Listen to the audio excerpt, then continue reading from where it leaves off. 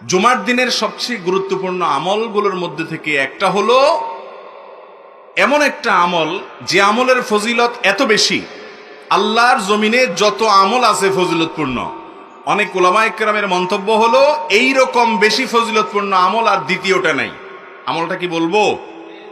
আমলটা হলো জুমার দিন যদি কেউ গোসল করে, গোসল ফরজ হয়, গোসল করে, গোসল করার পর আগে আগে ঘুম থেকে উঠার পর মসজিদে আগে আগে যায়, মসজিদে আগে আগে যায়, পায়ে হেঁটে হেঁটে মসজিদে যায় এবং আগে আগে গিয়ে ইমামের খুব কাছাকাছি গিয়ে বসে খুতবা শ্রবণ করে, কোনো কথাবার্তা বলে না, অনর্থক কাজ করে না।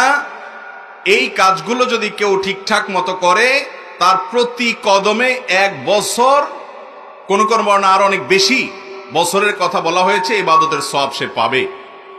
নামাজ, নফল নামাজের সওয়াব পাবে, আবার রোজা রাখারও সওয়াব পাবে। এবার হিসাব করে দেখেন কি পরিমাণ সওয়াব নিজের করে নিতে পারে জুমার দিনের আমলের মাধ্যমে। এই জন্য জুমার দিনে এই সমস্ত আমলের কথা আমরা একে অন্যকে স্মরণ করাবো ইনশাআল্লাহ। জুমা মুবারক বা এই জাতীয় কোনো অভিবাদন জানানোর নির্দেশ কোরআন হাদিস আমাদেরকে দেয় নাই, করতে হবে সেটাই যেটা কোরআন হাদিসে নির্দেশ করেছে। আল্লাহ তাআলা আমাদেরকে কোরআন এবং হাদিস দেখে দেখে কোরআন হাদিস ভিত্তিক আমল করার তৌফিক দান করুন।